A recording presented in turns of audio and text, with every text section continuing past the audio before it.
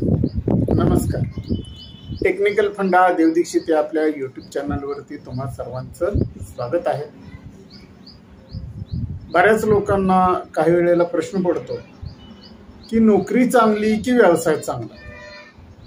आता हे बघा, याचं उत्तर ज्याच्या त्याच्या परीने ज्यानं त्यानं शोधणं क्रमप्राप्त आहे.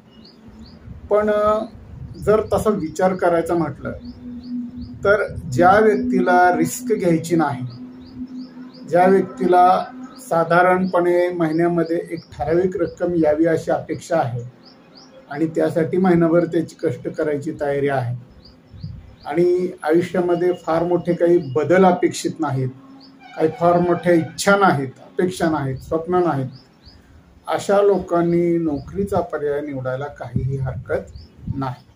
मात्र नोकरी करत असताना देखील नोकरीमध्ये रिटायरमेंट असते, ही गोष्ट लक्षात घ्या आणि त्या हिशोबाने तुम्हाला नोकरी करावी लागेल. आणि नोकरी करत असताना प्रत्येक गोष्टीमध्ये कदाचित तुम्हाला तडजोड देखील करायला लागू शकते. अर्थात सर्वांचंच असं होत नाही, कारण ज्यांचे पगार मोठे असतात अशा लोकांना असा फारसा प्रसंग येत नाही. परंतु बहुतांश लोकांना ज्यांचा पगार अत्यल्प असतो, तुटपुंज असतो किंवा सरासरी असतो, अशा लोकांना मात्र याचा प्रॉब्लेम नक्की येतो. आता राहिला प्रश्न व्यवसायाचा. तर व्यवसाय जर करायचा असेल तर काही गोष्टी प्रामुख्यानं तुम्हाला जमल्या पाहिजेत. ते म्हणजे जो व्यवसाय तुम्हाला करायचा आहे त्या व्यवसायाचं ज्ञान तुमच्याकडे असलं पाहिजे. तो व्यवसाय करण्याची तुम्हाला आवड असली पाहिजे आणि त्या व्यवसायासाठी तुम्हाला वेळ द्यावा लागणार आहे आणि तो तुम्हाला देता आला पाहिजे, ही गोष्ट तुमच्या लक्षात असली पाहिजे. आता बिझनेस करत असताना आणखी एक महत्त्वाची गोष्ट अशी आहे, ती म्हणजे भांडवल. कारण जर मोठा बिझनेस करायचा असेल तर भांडवलही तसंच मोठं लागतं. जसं की तुम्हाला एखादी छोटीशी कंपनी चालू करायची असेल, एखादा पेट्रोल पंप चालू करायचा असेल, एखादं सोन्याचं मोठं दुकान उघडायचं असेल तर तुम्हाला मोठ्या प्रमाणात भांडवलाची गरज पडू शकते. पण काही बिझनेस असेही आहेत की जे अत्यंत छोटे बिझनेस म्हणून ओळखले जातात. त्याच्यामध्ये अगदी तुटपुंजा कमीत कमी भांडवलावर देखील तो व्यवसाय चालू करता येतो. पण याचा अर्थ असा नाही की एखादा छोटा बिझनेस आहे म्हणजे तो खूप छोटा आहे, मोठा बिझनेसच खूप चांगला असतो, असं काही नाही. दोन्ही बिझनेस चांगले असतात, फक्त त्याचं मिळणारं जे उत्पन्न आहे ते कमी अधिक प्रमाणात हातामध्ये येत असतं. बिझनेस करत असताना आणखी एक महत्त्वाची गोष्ट लक्षात घ्या की तुमच्याकडं इमर्जन्सी पैसा हवा. जर समजा उद्या बिझनेसचा काही हिस्सा तुमचा तोट्यात गेला किंवा बिझनेस डबघाईला आला दुर्दैवाने, किंवा हा बिझनेस व्यवस्थितपणे चालला नाही, बिझनेसमध्ये काही मोठं नुकसान झालं, तर ते रिकवर करण्यासाठी, ते भरून काढण्यासाठी हा तुमचा इमर्जन्सी पैसा तुम्हाला उपयोगी पडू शकतो. त्याचप्रमाणे जर तुम्हाला एखादं दुकान टाकून व्यवसाय चालू करायचा असेल तर दुकानाची जागा शक्यतो मोक्यावरची हवी, रोड लगत हवी आणि शक्यतो गर्दीच्या ठिकाणी असेल तर आणखी उत्तम. तसंच त्या दुकानाची व्यवस्थितपणे तुम्हाला जाहिरात करता आली पाहिजे, दुकानामध्ये व्यवस्थित माल भरून ठेवला पाहिजे, ग्राहकांशी व्यवस्थित सौजन्यानं वागलं पाहिजे आणि शक्यतो तुम्ही उधार देणं 95 ते 97% टाळलं पाहिजे. त्याचबरोबर दुकानामध्ये काय वस्तू शिल्लक आहेत, ग्राहक कुठल्या वस्तू मागताय त्याची यादी सुद्धा तुम्ही वेळच्या वेळी अपडेट केली पाहिजे. जर ह्या गोष्टी तुम्हाला जमल्या, तुम्ही जर चिकाटी ठेवली, सातत्य ठेवलं, तर निश्चितपणे तुमचा व्यवसाय कोणताही असू द्या तो डेव्हलप होणार, हे लक्षात घ्या.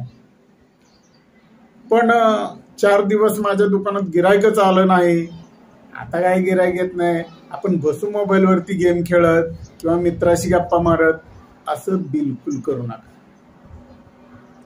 किंवा गिरायकच येत नाही म्हणून 8-10 दिवस गावालाच फिरून आला, असंही करू नका.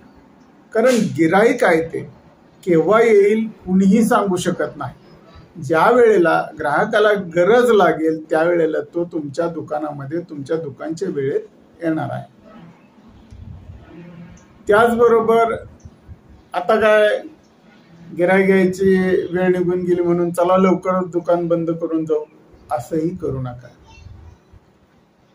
गिराईकाला कुठला माल लागतो, त्याची क्वालिटी कशी आहे हेही तुम्हाला समजलं पाहिजे आणि ते वेळोवेळी तुम्ही चेक केलं पाहिजे. आता बऱ्याच वेळेला काय होतं, जर जवळचं गिराईक असेल किंवा ओळखीचं असेल, चांगल्या संबंधातलं असेल तर ते तुम्हाला उधार देण्याची गळ घालू शकतं. त्यावेळेला तुम्ही त्याच्याकडं तुमच्या अडचणींची बाजू मांडली पाहिजे की आमच्याकडं आत्ता भांडवलाची कमतरता आहे आणि कृपया आम्ही आत्ता उधार तुम्हाला देऊ शकत नाही, कारण तुम्हाला जर आम्ही उधार दिलं तर आमच्या भांडवलामध्ये आम्हाला पैसा कमी पडेल. हे जर तुम्ही प्रेमानं ग्राहकाला समजावून सांगितलं तर ग्राहक निश्चितपणे ऐकतो आणि तो तुमच्याकडून रोखीनं खरेदी करून घेऊन जाऊ शकतो. दुकानात टापटीपपणा ठेवा. किती पैसे आलेत, किती पैसे खर्च झालेत हे डेली अपडेट तुम्ही तपासत राहा. त्याचप्रमाणे आपल्या दुकानामध्ये कोणत्या प्रकारचा ग्राहक वर्ग येतोय, महिला वर्ग जास्त आहे की पुरुष वर्ग जास्त आहे की एखाद्या व्यवसायाशी संबंधित एखादा ग्राहक जास्त आहे हे देखील तुम्ही बघा.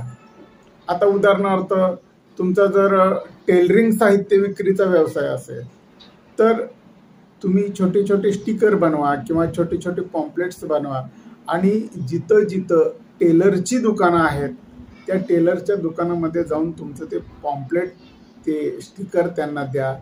तुमच्या मालाची माहिती ही त्या कस्टमरला समजावून सांगा की जेणेकरून तो तुमच्याकडं येऊन खरेदी करू शकेल.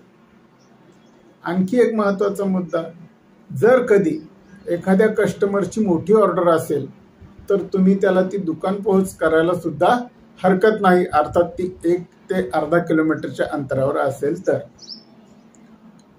अशा जर तुम्ही व्यवस्थित चांगल्या सेवा दिल्यात, ग्राहकांची कुठल्याही प्रकारची नाराजी ओढवून घेतली नाही तर तुमचा व्यवसाय हा काही कालावधीनंतर वाढतो आहे, विकासाकडे जातो आहे हे तुमच्या नक्की लक्षात येईल.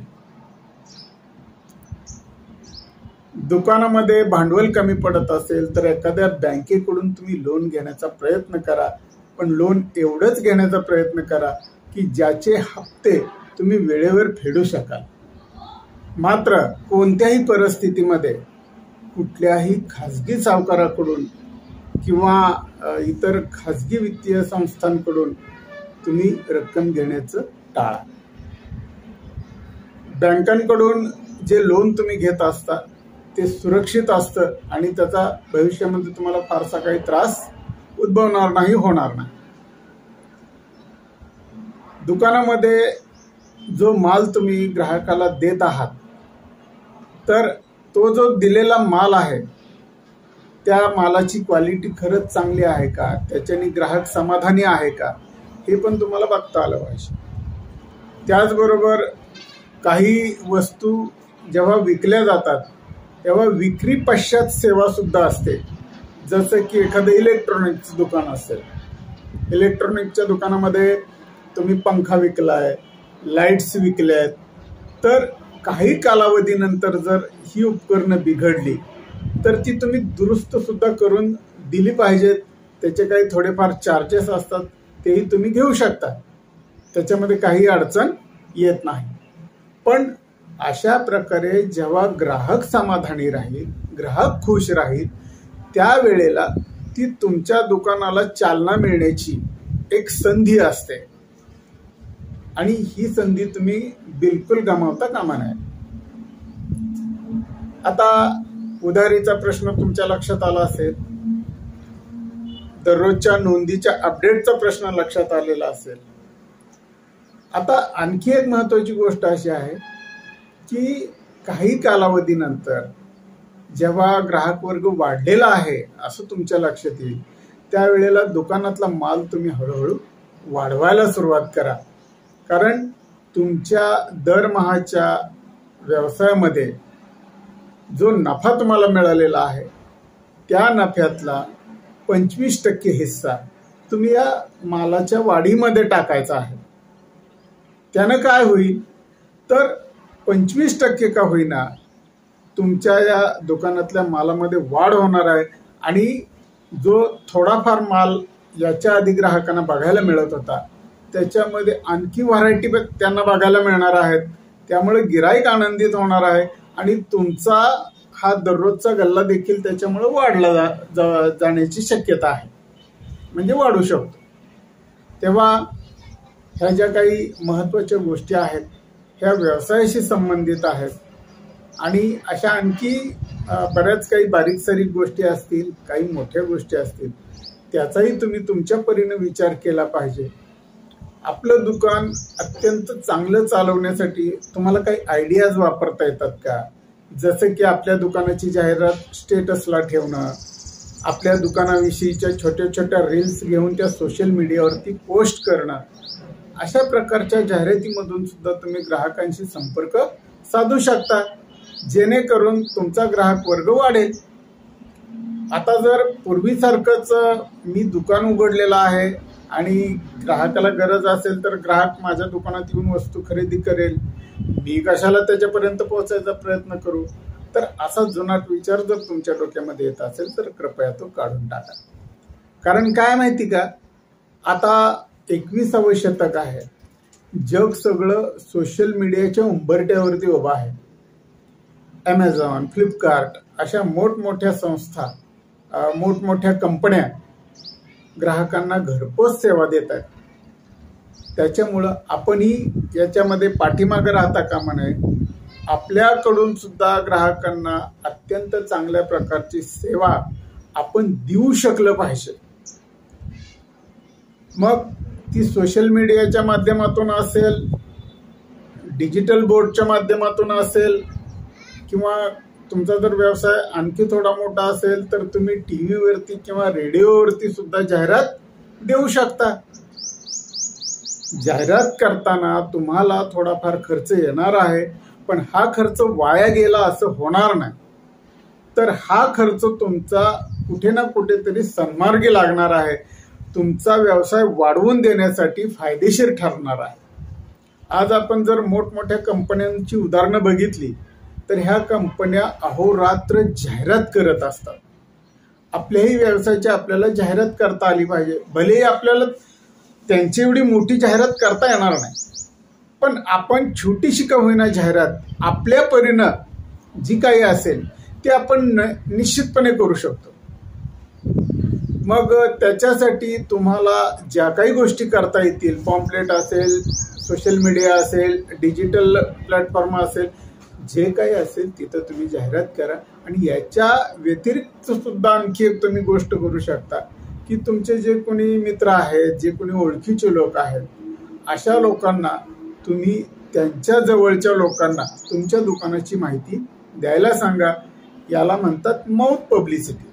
त्याचबरोबर तुमचं जे गिराईक येणार आहे तर हे गिराईक देखील तुमच्या नकळतपणे तुमच्या दुकानाची माउथ पब्लिसिटी करणार आहे. यासाठी त्या ग्राहकाला जर तुम्हाला एखादी आकर्षक भेटवस्तू देता आली किंवा एखादं कुपन देऊन त्याच्यावरती भेटवस्तू देता आली तरी सुद्धा अत्यंत चांगली गोष्ट आहे. हे तुमच्या व्यवसाय वाढीचं लक्षण आहे. त्यामुळं व्यवसाय चांगला की नोकरी चांगली या संदर्भामध्ये ज्या व्यक्तींना रिस्क घ्यायची नाही, रिस्क नावाचा फॅक्टरच नको आहे, तर अशा लोकांनी बिनधास्तपणे नोकरीकडे वळलेलं केव्हाही चांगलं. पण ज्या व्यक्तीची स्वप्न मोठी आहेत, ज्या व्यक्तीला आयुष्यात काहीतरी बनवून दाखवायचंय, काहीतरी एकदम असं जबरदस्त घडवायचंय, त्या व्यक्तींनी नोकरीच्या पाठीमागे न लागता स्वतःच्या पायावरती एक स्वतःचा बिझनेस उभा केला पाहिजे. जेवढा माणूस स्वावलंबी असेल, जेवढा माणूस जिद्दी असेल आणि जेवढा तो सातत्यानं प्रयत्न करणारा असेल त्या माणसाला यश नक्की मिळतं. अशी कितीतरी उदाहरणं आहेत. आता धीरूभाई अंबानींचं उदाहरण सगळ्या जगासमोर आहे. मुकेश अंबानींचे वडील धीरूभाई अंबानी पेट्रोल पंपावरती काम करत होते.